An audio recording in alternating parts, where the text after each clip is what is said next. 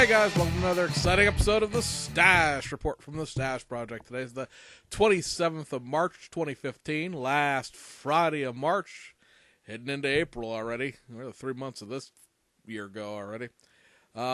We have a little bit of announcements here from the domestic kit manufacturers and 4-wheel sets that were reissued from Aoshima, and that's going to be the show today. It's still everything's sort of floating into April as far as other kits that we were expecting. Excuse me. So let's give you some updates on time.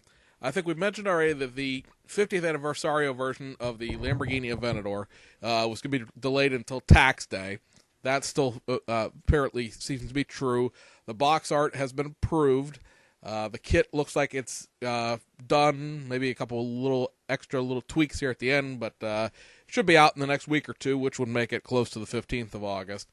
The Mercedes-Benz SL 300, even though a couple of people have seemed to claim that they have it in hand for eBay sales, I'm not sure how much I believe that, because other places are still doing pre-orders, and it has not come in anywhere on any reputable vendor as far as Hobbylink Japan or Hobby Search or Hobby Easy.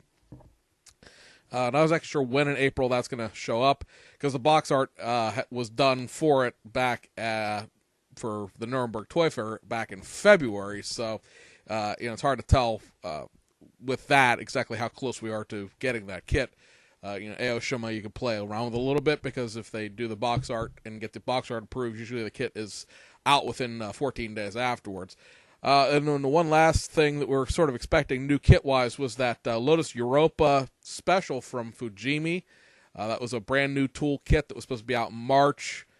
It has been pushed back officially. It is officially back on the release list for April 22nd. So that should be out the third week of April, give or take. Still be interested to see what that kit's going to contain as far as it being a full detail kit or a curbside or whatever. We've mentioned before, back in, I guess, January is when that kit was announced officially, that, of course, the Tamiya kit exists that is a full detail kit, but it also is a kit that's been out of production for quite a while.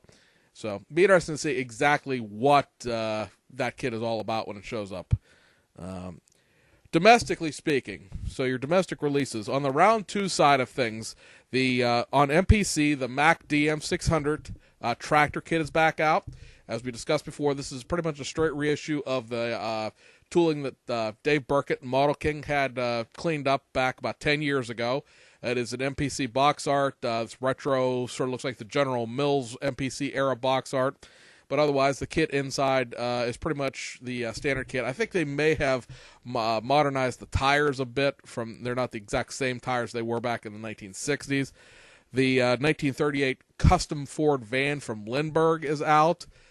Is a kit that, like I said, when we talked about this in the March compilation video, I've never seen any of the 37 Fords that Lindbergh did up close, so I cannot say anything about this kit other than it is newer tooling. It's not some of the ancient pyro tooling like the Lincoln or the Duesenberg,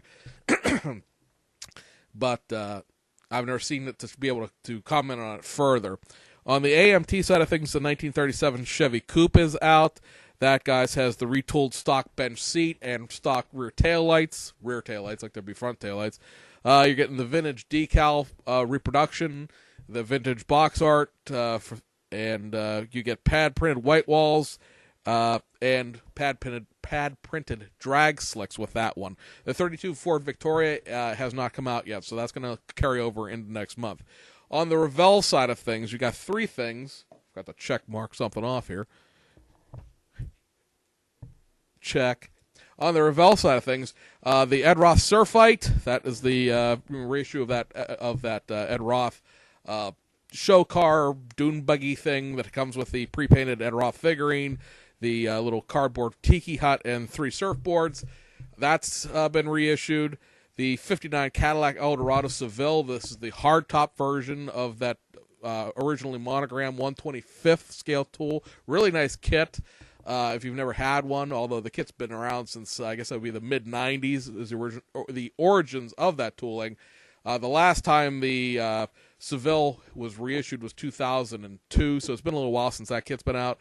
And then the Reeboks of the Revell of Germany Golf GTI Cabriolet being sold here as a Volkswagen Rabbit is out. Now, still kind of interested to see exactly what's in that box, because the box art has so much photoshopping done to it. It's hard to tell exactly what the contents would be. The mirrors that are on it are photoshopped. Obviously, the front license plate that's on it's photoshopped. The bumpers are photoshopped. If you look at the box itself, there's a picture of the rear of the car, which has a German license plate on it. And the chassis of the car. There's no pictures of what the interior is. Now, what I would expect it to most likely be is the GTI body with most of the cabriolet down-market engine and interior pieces, but we don't know for sure. The one thing that would make it, the one most obvious things that would make it Americanized would be the larger front bumpers and rear bumpers, as well as the side marker lights. Now, the side marker lights have always been in the tooling. A friend of mine didn't realize this recently. He was, all excited about, hey, the side marker lights are in this cabriolet kit, and they're also in the GTI kit, because they just tooled the clear runner all at once, and they're not going to gate off four little square clear lights. They just ran them through. So the side marker lights that would make it Americanized, because we require the front and rear side markers, those are already in there. So it remains to be seen exactly what this is, because if it has the GTI's body, that would include texturized fender flares that are specific to the European GTI from 1978. If it has the front and rear bumpers from the Cabriolet, which would be the down market but newer, because the Cabriolet is supposed to be a 1981 kit, I believe. As far as what the car is supposed to be, those will still not be quite correct for what it's supposed to be representing. So the kit retailer that does our big shows in the area, I was just out in Columbus this past weekend debuting the McLaren MP4 12C. We'll do a video for that, the reveal video for Tactical Jackalope's build here. Hopefully this weekend. I was going to get done today, then time just sort of got away from me, and I'm just crashing this through to get it out on Friday. And the kit sale, I had it for $19, but since I already have a Cabriolet and I already have a Golf GTI, I wasn't willing to pay $19 to open a box to find out that it wasn't going to be what I personally believe would be good enough to justify buying another one. I already have two of the same cars. One's a convertible, obviously, but I have two of the same cars, basically. I don't need three of them. Really, there becomes a point in time where too much is too much as far as all of these model kits, and I'm not going to buy stuff just for the sake of, I bought a new release. If they really did tool up a third body shell that is correct for a Rabbit with the correct bumpers, then yeah, I'll be in for one, just because it'll be, an American car. But otherwise, I'll pass. It's a great kit. Don't get me wrong. The kit itself is a great kit. Like I said, I have the GTI, I have the Cabriolet. Little jewels of kits. Great new tooling for Revell of Germany. I just don't need another, half-assed German-American car when I could just build the German ones and be perfectly happy with them.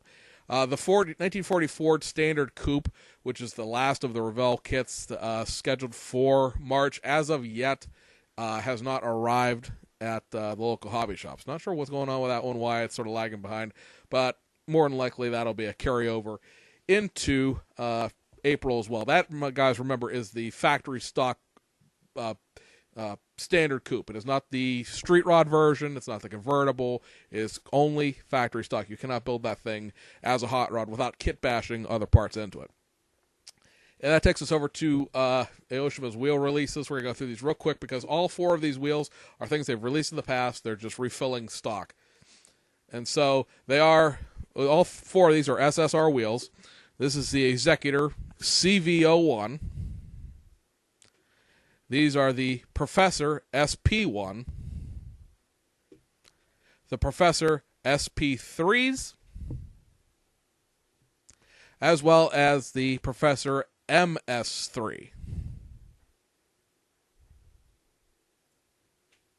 So there you go. All four of them, 19-inch VIP wheels. And I guess that's it. One other thing. I'll do a show and tell here. I'll do this on the other video, too.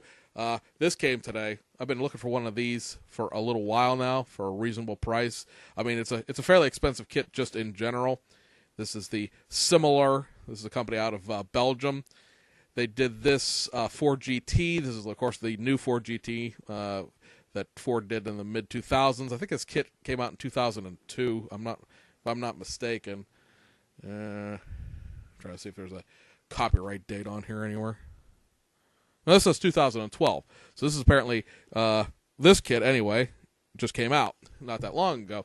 This is a limited edition version of it, guys. There's probably 3 limited edition versions that they've done in addition to the regular Ford GT. This one is the Mark VDS team for their Fiat GT1 car. I bought this because I have somewhere in the neighborhood of about 4 or 5 other Mark VDS sets of decals for Fiat GT3 cars, mostly BMW Z4s. And this just goes into the collection of Mark VDS cars. I like their logo. They do a little, let's see here. They do the little lion's head coming to get you. Maybe it's a cougar, but it's a little cat attacking you. It's a universal thing. It's their logo, the VDS logo that's on all of the race cars. I like it sort of like a little uniformity across the spectrum of all the cars that they enter. And I've been wanting to get one of these anyway, just because it's a 212-piece kit.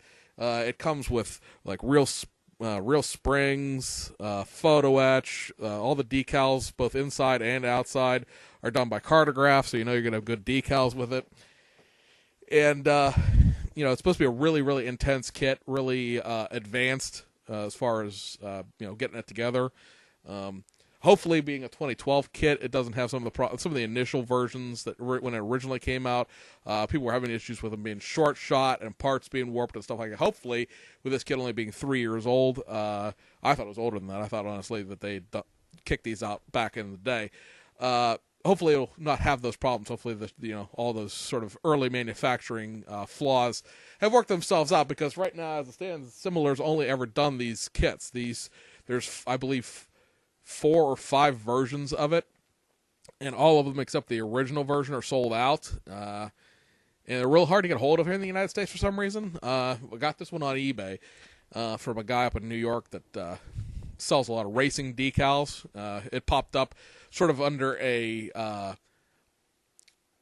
odd search. It was not. I had been searching for it a different way, and popped up in a different search that I was running, and I snagged it for about what the kit cost originally. And I guess considering the fact it's only 3 years old, I thought it was getting a great deal. But being only a 3-year-old kit, it really, I paid what it was worth, basically. I thought, like I said, they were about 10 years old, and I was getting something that was out of production. But it was a limited edition kit. I know that you cannot order any of the limited editions. There's this version and 2 other Belgian race team versions that they did, and all of them are out of production officially. Even if they were done in 2012, they're still, they're done. They're all sold, but I thought it was older than that. I'm kind of excited now. Now I want to take a look at it. It was one of those things where I just I found one. It's cheap-ish, and I'm going to snag it before it gets away, and I'll deal with it later. But now that I just see that it's new and it may not have all the various foibles that the original ones did, now I'm kind of really interested to take a look at it. So anyway, guys, I'm going to go play with my swag. I'll see you guys on the other side.